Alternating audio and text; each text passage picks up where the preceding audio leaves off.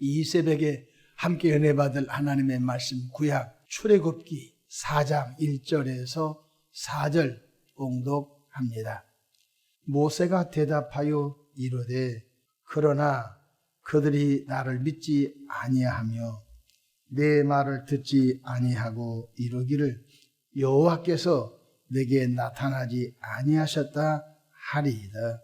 여호와께서 그에게 이르시되 내 손에 있는 것이 무엇이냐? 그가 이르되 지팡이니이다. 여호와께서 이르시되 그것을 땅에 던지라 하시매 곧 땅에 던지니 그것이 뱀이 된지라. 모세가 뱀 앞에서 피하매 여호와께서 모세에게 이르시되 내 손을 내밀어 그 꼬리를 잡으라. 그가 손을 내밀어 그것을 잡으니 그의 손에서 지팡이가 된지라. 아멘. 할렐루야. 오늘도 참으로 좋은 날입니다. 우리 모두 성령 충만한 은혜로운 하루 되시기를 바랍니다. 저를 따라하겠습니다. 오늘 또 나와 우리 가정 우리 교회 기적이 일어납니다. 오늘 또 나와 우리 가정 우리 교회 기적이 일어납니다. 아멘. 저는 본문 말씀을 통하여 모세의 지팡이가 주는 영적인 교훈이라는 제목으로 함께 은혜를 받고자 합니다. 인생은 누구와 함께 하는가가 참 중요합니다. 이런 말이 있습니다. 친구 따라 강남 간다. 좋은 사람 만나면 그 인생 참 좋은 영향력을 받아 좋은 인생길로 가게 됩니다. 하지만 도둑놈 사기꾼 만나면 안타깝게도 도둑놈 사기꾼 될 가능성이 많습니다. 그래서 성경은 만남을 굉장히 중요시하고 있습니다. 시편 1편 1절 2절 이렇게 말씀합니다. 복 있는 사람은 악인들의 꾀를 따르지 아니하며 죄인들의 길에 서지 아니하며 오만한 자들의 자리에 앉지 아니하고 오직 여호와의 율법을 즐거워하여 그의 율법을 주야로 묵상하는 도다. 악인과 함께하지 말고 죄인과 함께하지 말고 오만한 자와 함께하지 말라. 이 말은 바로 복된 사람과 만남을 갖도록 기도하라는 주의 말씀인 것입니다. 그렇습니다. 이스라엘 민족의 지도자 모세가 40년은 바로 왕궁에서 살았고 40년은 미디안 광야에서 이드로 제사장의 양을 치는 도망자의 신분으로 별 볼 일 없는 인생을 살고 있었습니다. 그러다가 여호와 하나님께서 나이 80 먹은 모세를 호렙산 떨기나무 가운데서 부르십니다. 이 부르심의 목적이 뭡니까? 여러분, 우리 한국에 아주 세계적인 기업을 들어가려면 나이와 학력과 스펙 잘 갖춰져 있어야 된 것입니다. 그래서 최상의 그런 사람을 회사에서 뽑습니다. 그런데 하나님께서는 나이 80 먹은 정말로 볼품없는 사람, 40년 동안 양을 치니까 말할 상대가 없습니다. 그래서 모세의 혀는 굳었습니다. 그냥 양과 염소를 부르는 그런 짐승의 소리만 갖고 40년을 살다 보니까 혀가 뻣뻣하게 굳어버렸습니다. 그러니까 그 어느 것 하나 인간적으로 기업에서 채용을 만약에 한다면 나이 80 먹은 사람, 언어를 사용하지 아니함으로 인하여 입이 뻣뻣한 사람, 이런 사람 누가 채용하겠습니까? 하나님께서 나이 80 먹은 모세를 호렙산 떨기나무 가운데 부르십니다. 그 부르심의 목적이 무엇입니까? 출애굽기 3장 10절을 함께 보십시다. 이제 내가 너를 바로에게 보내어 너에게 내 백성 이스라엘 자손을 애굽에서 인도하여 내게 하리라. 엄청난 사명인 것입니다. 생각해 보십시오. 애굽의 바로왕이 이스라엘 백성 장정만 60만 명을 이용하여 애굽의 3D 업종, 변방에 성을 쌓는다든지 농산일을 하게 한다든지 그 나라의 가장 어려운 일을 바로 이스라엘 백성들로 하게 했던 것입니다. 장정 60만 명이니까 한 가정에 대략 한 4명만 잡아도 6사 24, 좋게 2, 300만 명 정도들은 거대한 이스라엘 백성들을 노예화시켜서 430년 동안 모진 학대를 가했던 것입니다. 그 시대에 바로 애굽은 초강대국이었습니다. 초강대국에 가서 이스라엘 백성을 후원해내라고 하니까 모세 입장에서는 기가 막힌 것 아닙니까? 모세의 고민이 무엇이었습니까? 만약 애굽의 바로왕이 내 말을 믿지 않으면 어떻게 하실까요? 라고 하는 고민이었습니다. 오늘 본문 4장 1절 보십시다. 모세가 대답하여 이르되 그러나 그들이 나를 믿지 아니하며 내 말을 듣지 아니하고 이르기를 여호와께서 내게 나타나지 아니하였다 하리이다. 그도 그럴 것이지 어느 날 갑자기 모세가 쳐다와서 내 백성 내놓으시오. 한 명도 아닙니다. 430년 동안 부려먹던 그 노예를 풀어줄 수 있습니까? 여보시오, 여호와께서 나로 이곳에 보냈습니다 라고 하면 그들이 내 말을 믿겠습니까? 라는 모세의 솔직한 고민이었습니다. 이때 주님께서 모세에게 내 손에 무엇이 있느냐고 묻습니다. 그리고 이렇게 말합니다. 3절 보십시다. 여호와께서 이르시되 그것을 땅에 던지라 하시매 곧 땅에 던지니 그것이 뱀이 된지라. 모세가 뱀 앞에서 피하매 여호와께서 모세에게 이르시되 내 손을 내밀어 그 꼬리를 잡으라. 그가 손을 내밀어 그것을 잡으니 그의 손에서 지팡이가 된지라고 말씀하십니다. 하나님께서 모세에게 주신 것 딱 하나입니다. 지팡이를 주셨습니다. 양을 치는 목동이라고 보니까 지팡이가 반드시 필요했습니다. 지팡이는 양떼를 칠 때에 다른 길로 가도록 이렇게 잘 이끌어주지만은 뿔나서 곁길로 가는 양은 다리를 홀쳐가지고 번데기를 보여주는 것입니다. 또 악한 짐승이 찾아왔었을 때에 그 지팡이로 악한 짐승을 막아내는 정말로 목자에게 있어서 반드시 필요한 것이었습니다. 그 전까지는 모세가 양을 치는 사람으로서 그 지팡이가 반드시 필요했지만은 이제는 그 지팡이를 통해서 이스라엘 백성을 인도하는 하나님의 계획이 있었던 것입니다. 첫 번째로 그 지팡이는 영적으로 사명이라는 것 깨닫기를 바랍니다.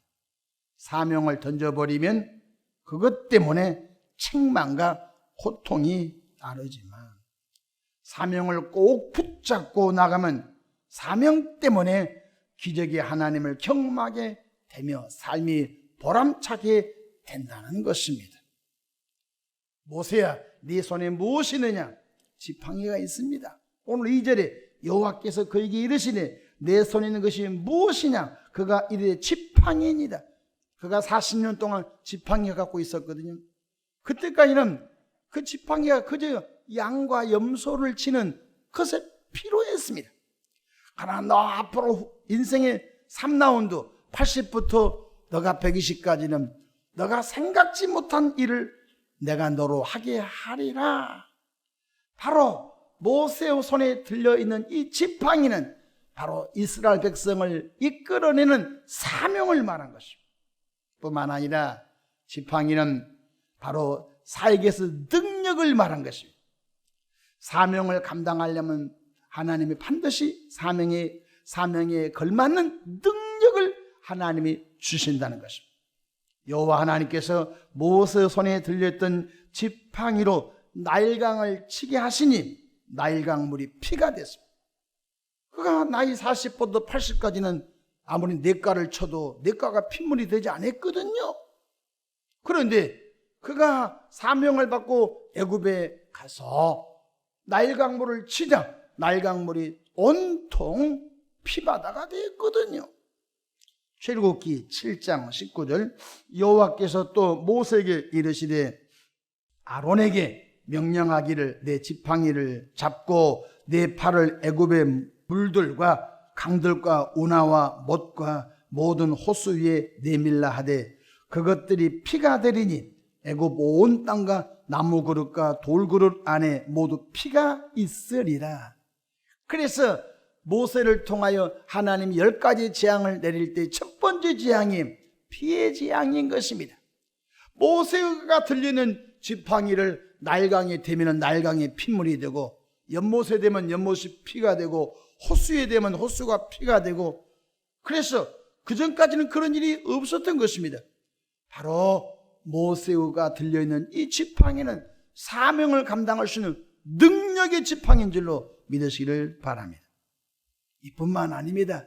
아말렉과 전쟁이 붙어섰을 때에 모세가 지팡이를 잡고 산에 올라가서 지팡이를 들고 두 손 높이 들고 기도할 때 이스라엘 군대가 아말렉을 이겼던 것입니다. 놀라운 것입니다. 그가 하나님께로부터 사명을 받기 전에는 그가 아무리 지팡이를 들어도 아무런 변화가 없었습니다. 지팡이를 들었다고 해서 늑대와 사자가 곰이 이리가 도망친 것도 아니었던 것입니다. 근데 그가 사명을 하나님께 받고 그 사명에 걸맞는 능력을 하나님이 주셨던 것입니다.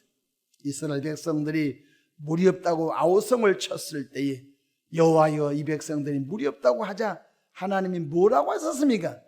내 종 모세야 내 손에 무엇이 있느냐? 지팡이가 있습니다. 그 지팡이를 들어서 반석을 쳐라고 했습니다. 반석을 치자 반석이 쫙 쪼개지고 반석에서 생수가 나와 이스라엘 백성들이 그 생수를 마셨다는 것도 깨닫기를 바랍니다. 그렇습니다. 예수님을 편하게 믿으려고 하는 유혹에서 벗어나기를 주의 이름으로 축복합니다. 모든 교회들은 크든 작든 지팡이를 붙잡아야 된다는 것입니다. 교회 안에서 교회 밖에서 그리스도인으로서 해야 할 사명이 있다는 것 깨닫기를 바랍니다. 제가 어느 기업의 신우 예배를 다니는데요, 그들은 각각 자기 교회를 섬깁니다. 자기 교회에서 목장으로 혹은 속장으로 혹은 구역장으로 그 명칭마다 교회마다 좀 다르게 쓰고 있지만은 또 뭐 여전도회, 남전도회 각각 또 남선교회 또 여선교회 각각 용어가 교단마다 좀 다르지만은 열심히 개교에서 섬깁니다. 청년부장으로 학생부장으로 섬기다가 직장에 들어와서는 직장 신호 예배에서 열심히 또 직장에 거하는 또 주의 백성들을 열심히 전도합니다. 그 직장은 굉장히 크기 때문에 지하 1, 2층이 사원 식당이 있습니다. 그 사원 식당에 영양사도 있고 조리사도 있고 많은 일하는 분들이 있습니다. 그래서 그 지하에 가면 꽃집도 있고 여러 문구점도 있고 많습니다. 근데 그곳에 가서 복음전도해서 우리 오늘 오후 몇 시에 예배가 있으니까 오시면 좋겠습니다. 우리 오늘 오후 몇 시에 예배가 있습니다. 오시면 좋겠습니다. 어느 목사님이 오셔서 예배 인도합니다. 하면은 희한하게도 거기 건물에 상주하는 많은 다른 직업인들도 올라와서 같이 예배드린 것을 봅니다. 교회 안에서의 사명, 교회 밖에서 직장, 일터, 사업터에서 또 하나님의 나라를 확장시키게 하여 애쓰는 것을 볼 수 있습니다. 그렇습니다. 사명의 지팡이를 꼭 붙잡고 사역하시기를 주의 이름으로 축복합니다. 사명 때문에 하나님이 은사와 능력을 주시는 거예요. 고린도전서 4장 2절 그리고 맡은 자들이 구할 것은 충성이라고 주님이 말씀하셨습니다. 사명을 던져버리면요, 그 사명 때문에 내가 곤욕을 당하고 어려움을 당하는 것입니다. 모세야, 네 손에 지팡이를 놓아봐라. 지팡이를 딱 놨었을 때 그 지팡이가 뱀이 돼서 모세를 덤벼들었던 것입니다. 우리가 지팡이 이 사명 힘들다고 딱 놔보십시오. 여러분 별 볼 일 없는 인생도 많은 것입니다. 목사 힘들다고 지팡이를 딱 놔보십시오. 어디 일터에 가지고 전직인 저는 목사입니다 라고 하면요, 왜 목사님 젊은 나이에 왜 그거 놔두고 왜 여기 왔습니까? 당장 공격합니다. 그러나 아무리 어렵고 힘들어도 이 사명을 묵묵히 감당하다 보면 하나님의 방법으로 하나님의 축복이 임할 줄로 믿으시기 바랍니다. 장로님의 그 사명 무겁습니다. 근데 그거 무겁다고 벗어 던져버리면요, 저가 천직이 장로였습니다면 박수 쳐줄 분 누가 있습니까? 없습니다. 당장 공격하는 것입니다. 마치 모세의 손에 놓여졌던 뱀이, 지팡이가 모세에게 덤벼드는 뱀이 된 것처럼 당장 공격하는 것입니다. 제가 이전에 권사로 집사로 교회 생활했는데 지금은 안 다닙니다. 박수 칠 사람 없습니다. 당장 공격하는 것입니다. 여러분, 우리가 이 땅에 잠시 머무른 동안 사명을 잘 감당하기를 주의 이름으로 축원합니다. 사명의 지팡이를 버리면 그것 때문에 수치를 당합니다. 그것 때문에 곤욕을 당합니다. 그것 때문에 어려움을 받습니다. 가나 사명을 붙잡은 사람은 사명 때문에 어려움도 고통도 수치도 있을 수 있지만 그것이 상급이 된다는 사실을 잊지 않기를 주의 이름으로 축원합니다. 기도하겠습니다. 좋으신 하나님 아버지, 모세의 손에 들려졌던 영적인 교훈을 함께 나누어 보았습니다. 하나님 우리 아버지, 우리를 부르시는 사명, 우리를 주님이 부르실 때 주신 사명이 각자 있을 텐데 그 사명을 감당할 수 있는 능력도 이미 주신 줄로 믿사오니 이거 꼭 붙잡고 주의 사역을 삶의 자리에서 확장시키도록 역사해 주시옵소서. 이 하루도 모든 행사 아버지 하나님께 맡깁니다. 감당할 수 있는 은혜와 은사, 능력 부어 주시옵소서. 예수님의 이름으로 축복하며 기도합니다. 아멘.